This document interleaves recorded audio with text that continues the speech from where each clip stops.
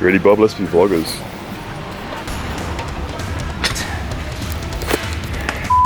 Oh shit, you're gonna make me do this right in the middle of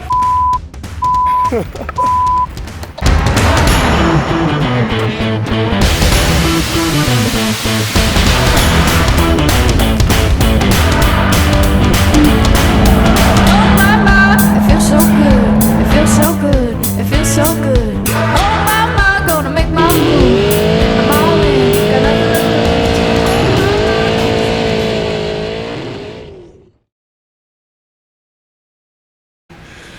So we just got the engine back from Texas Speed. The clutches arrived from Excetti for this season, and Bob's just putting the PPG gearbox back on.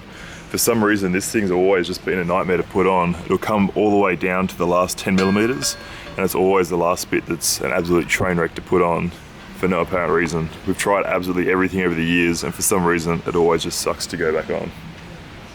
This is Bob's first time doing it. I think it might be his last. He's not looking too impressed. I've done this a million times. No, on this one, I mean. They're all the same.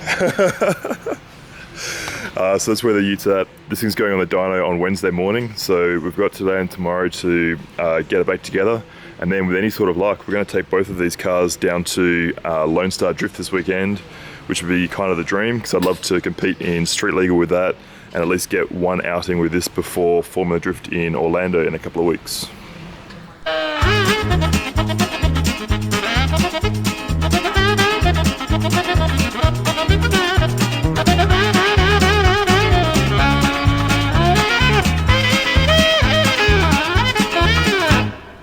And just like that, the motor is in. Bob's tidying up all this stuff for us, so we're looking like we're on track. We're just waiting on some heat wrap to come back from AutoZone so we can wrap the extractors and try and get a bit of that heat out of the engine bay. But other than that, we are loosely on track. So here's something kind of crazy. These bumpers are so flexible that when the manufacturer ships them to you, they actually just roll them up and stick them in a cardboard box. And you're supposed to leave them out in the sun for an hour or two, and then they just flex back out into shape. But they guarantee that they won't break, which I'm pretty curious to test on a drift car, because as I'm sure you know, they'll cop an absolute hiding.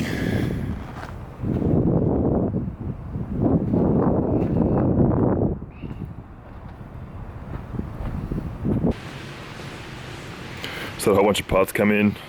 It's down to the crunch. We just discovered that one of the oil lines was in real bad shape, so we need to replace that.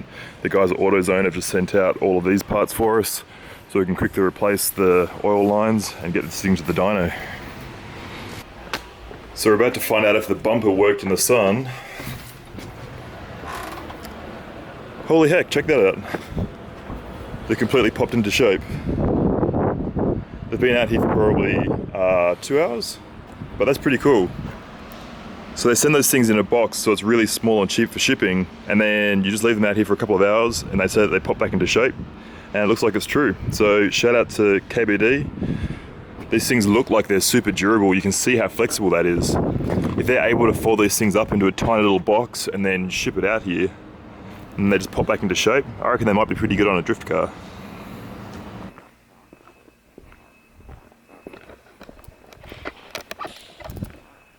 Here we go, it's almost 1 AM on Wednesday morning. Bob's been thrashing on this thing all day. I've been doing the much less glamorous but also quite important paperwork to try and bring this circus together. So we're just about to see if it starts. Alright, here goes nothing. Bob's been on this thing for 4 months, so we're about to find out.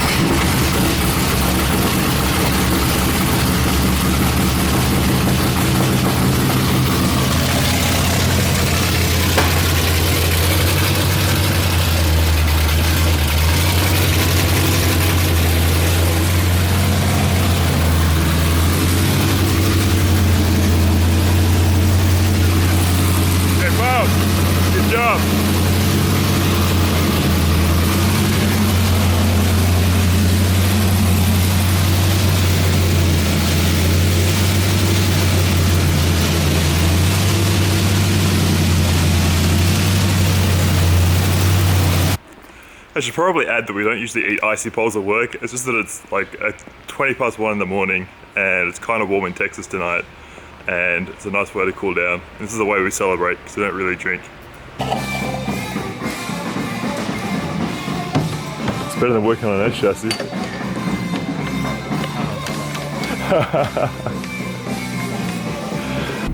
E85 right now is $2.10 US a gallon, which is about 72 cents Australian per litre. Back home I think it's about $1.50. It's 2 a.m, just filling up the Z's now. The Utes go in the Dyno tomorrow, but on Thursday we're going down to San Antonio Raceway to film a pretty crazy thing, which should be a bunch of fun. But it also means that I got to get the prep finished for this tonight, because tomorrow's just going to be back to back with getting the Ute on the Dyno, and then first thing Thursday we've got to leave here at 8 a.m to get down there. So unfortunately got to finish this prep before I can get to sleep.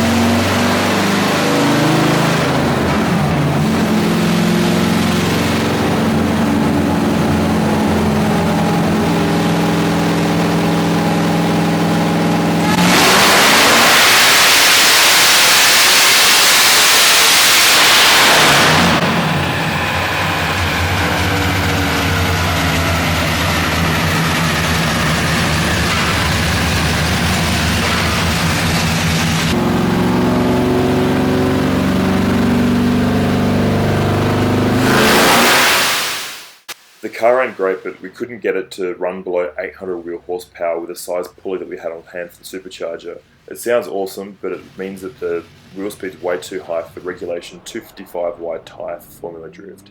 Now I've got to shoot back to 530, load up the 350Z and head north to Mineral Wells Airport for Lone Star Drift.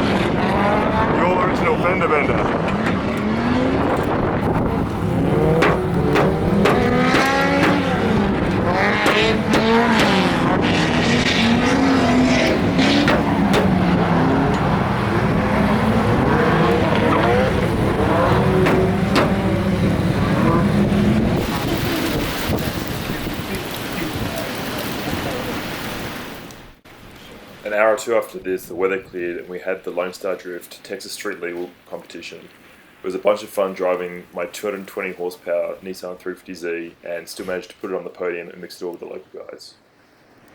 On Sunday the weather cleared and I finally got to drive my ute after 6 months in a complete off-season rebuild.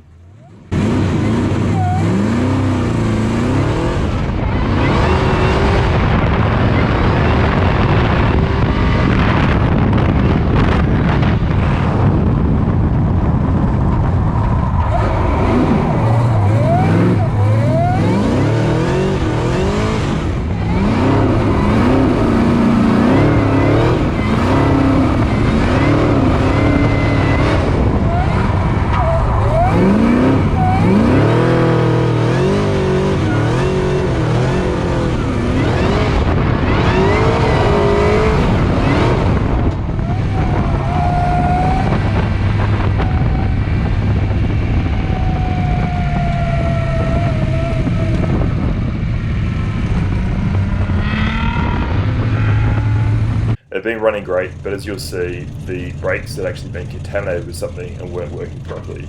This is probably one of the most hilarious examples of how to drive a car that has way too much power and grip that you can't left foot brake.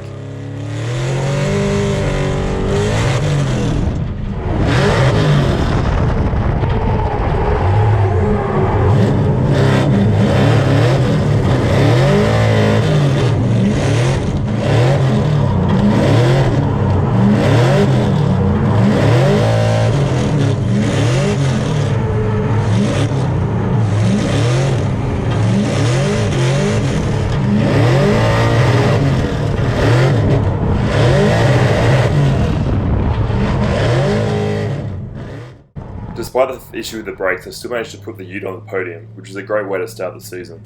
What you'll see here is what happens when you have a car that has way too much power, not enough grip, on a track that's way too tight for the setup.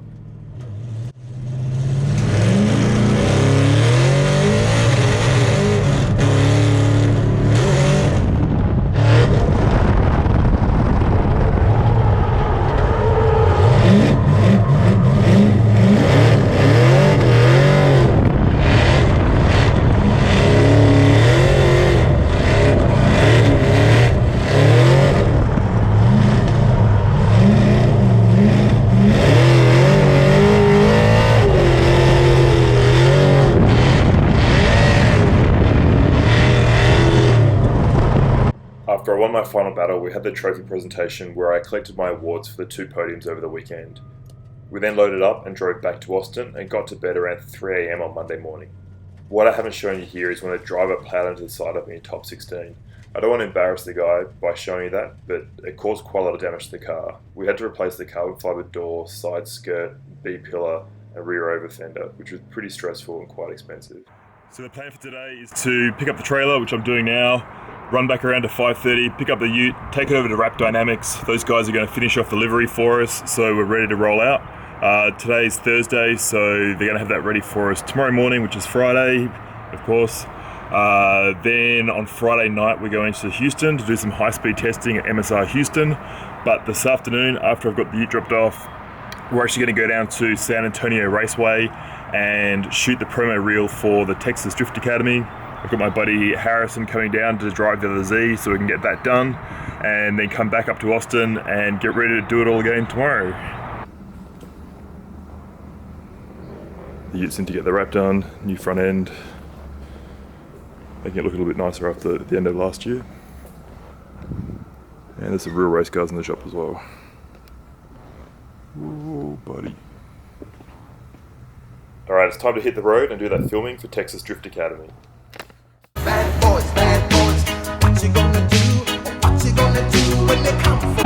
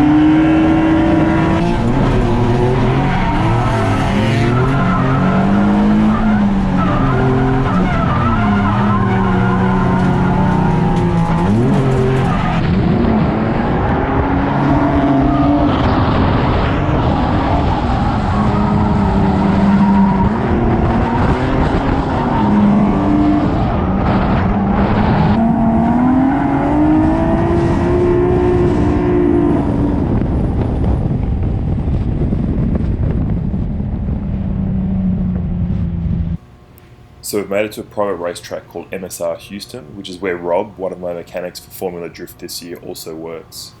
Upstairs is a 4-bedroom apartment overlooking the track where the team stays when they have testing events here, which is absolutely unbelievable.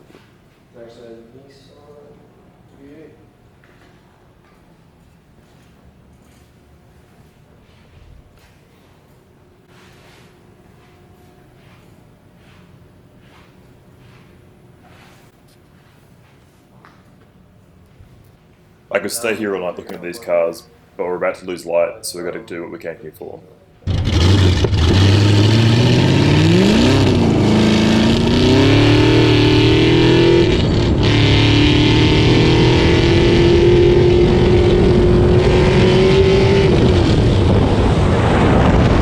The goal of the first pass is to shake the car down and test the latest version of our steering system.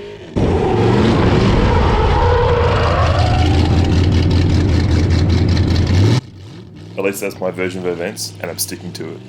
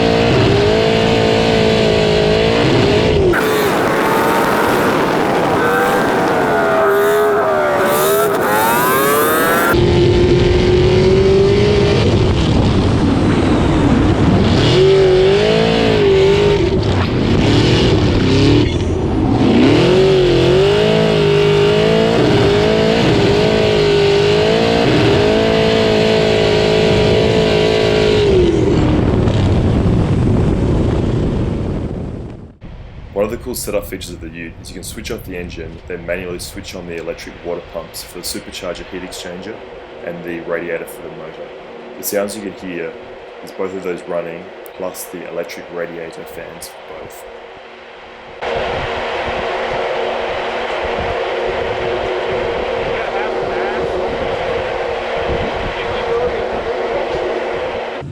After we finished doing all of our testing, I wrapped up the day by doing a bunch of J-turns and just checking stuff like the dry sump system always had adequate oil pressure in the pickup, both in the engine and the dry sump system.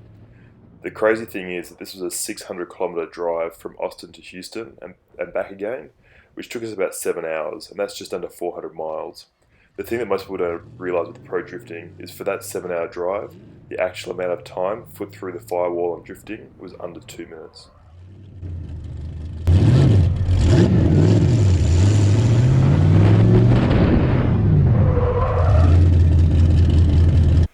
Hey guys, what's going on? I hope you enjoyed this little behind the scenes of the craziness that is Formula Drift in the US. If you like this, please let me know. If you have any constructive criticism, feel free to drop in the comments below. If you have any comments on my editing skills, mute immediately. This is my first time, and yeah, I am a harsher critic on myself than you ever will be, so I'll try to do better going forward. At the moment, I'm in London. It's 3 a.m. I'm super jet lagged. I'm over here at the moment just renewing my athlete visa for the US. I've got Formula Drift Atlanta this week, so I'll probably be a week behind schedule for my uploads until our mid-season break, but hopefully you'll forgive me and you enjoy the behind-the-scenes stuff that I haven't been able to share with you previously. Hope you guys are all good, and I'll catch you next time.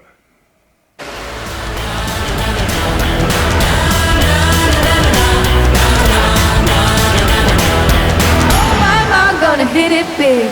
Got my eyes on the prize. Oh my, gonna spin the wheel, cash it in and roll the dice.